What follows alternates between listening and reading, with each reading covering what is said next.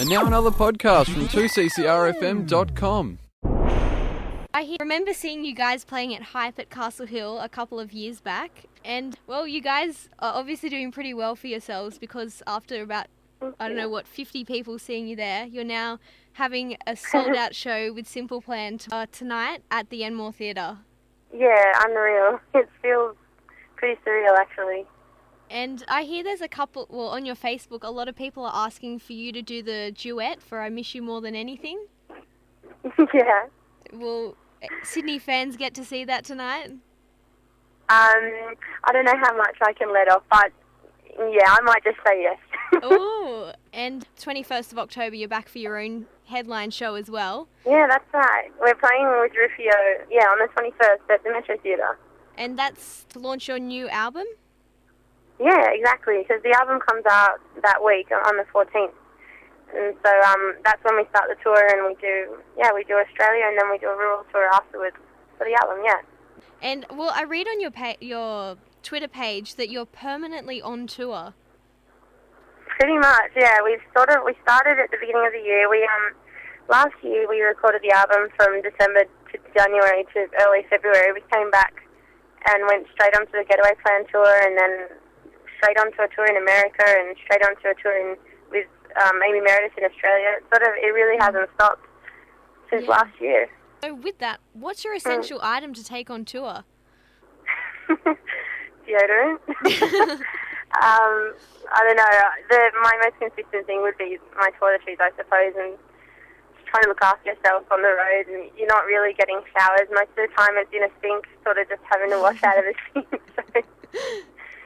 So that's the most essential thing for me, I guess. Well, of course, you're touring with a bunch of boys, so you must be the best smelling one out of all of them. I try to be. You don't even get your own aeroplane or anything. You're in a tour van, I'm guessing. No way. I wouldn't do that. And we only do that when we have to, really, because, I don't know, it's sort of the best way for us on the road. And even though everything's a real long drive, our managing band helps us out. I actually saw that you've just been to Indonesia. Mm-hmm. And you've been to Bali, and some guy called Greg had a couple of rules for what to do in Bali. Yeah, that's right. Well, what were Greg's rules? I love my life. Everyone is single. And I forget the other one.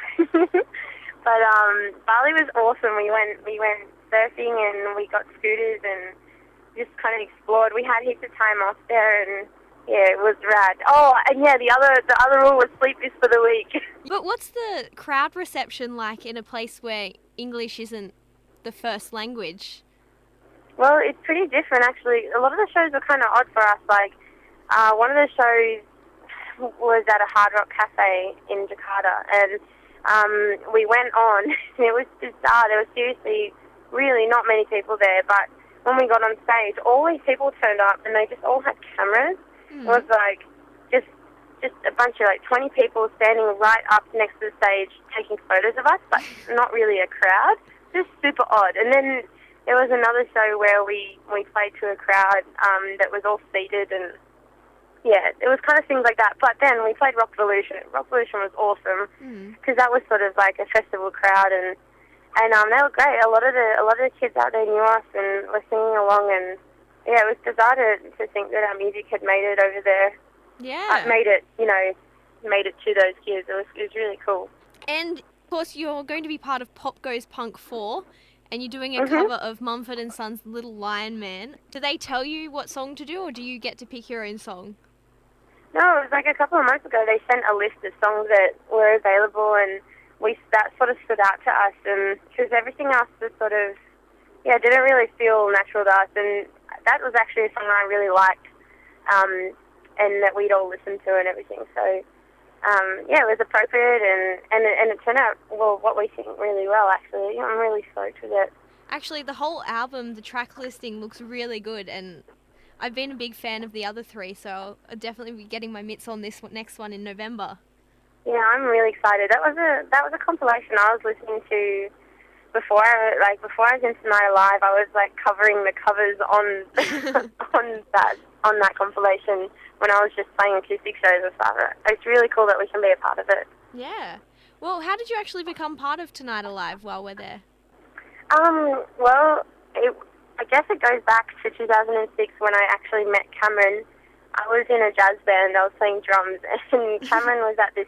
We were at this youth church night thing. It was sort of through school. We got involved in this thing where the jazz band played. It was one of the only performances we ever did. Anyway, and Cameron was there with a couple of friends, and I met him, and he was in a band, and I guess we became friends, and I was in my own band, and after a couple of years, they had a few lineup changes and needed a new singer, and so I gave it a shot, and it turned out really well, and I'd never even pictured being in a band, and it was kind of by fluke, and yeah, it was a great twist of fate. What sort of mischief do you guys get up to on tour?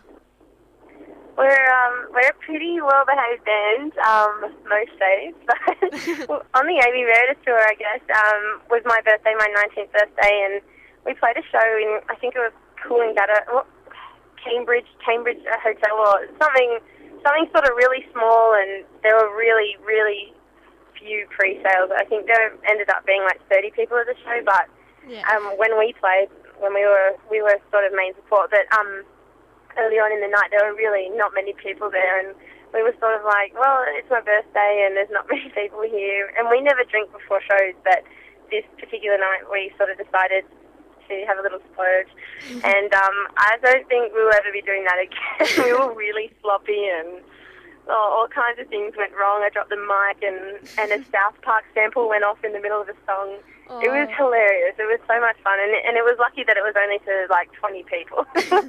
But that's probably the most mischief we got up to on tour. 1, 2, 3, here we go. 1, 2, 3, here we go. 3 questions, 3 answers, 3 chances to get to know your favourite artist more. This is the final 3. What is your mobile ringtone? Oh, I just got an iPhone, and so it's that marimba. That iPhone ringtone, but before that, my ringtone was "Drop the Girl" by Hit the Lights, and it's been that seriously for like a year or 2. What was the last thing you were grounded for? Oh man, I used to sneak out a lot. I used to sneak out at night and go and hang out with my friends and whatnot, and so I got caught for that quite a few times, but that was back when I was 15, 16, so that was the last time I got grounded. Okay, and your final question today is wizard or ninja? Oh, they both have their pros. You know what, I was going to say I would be a wizard because I like Harry Potter, but I think I'm going to go with ninja because I really like the artwork, that band. Okay. just a shit and giggle. This has been another podcast from Australia's 2CCR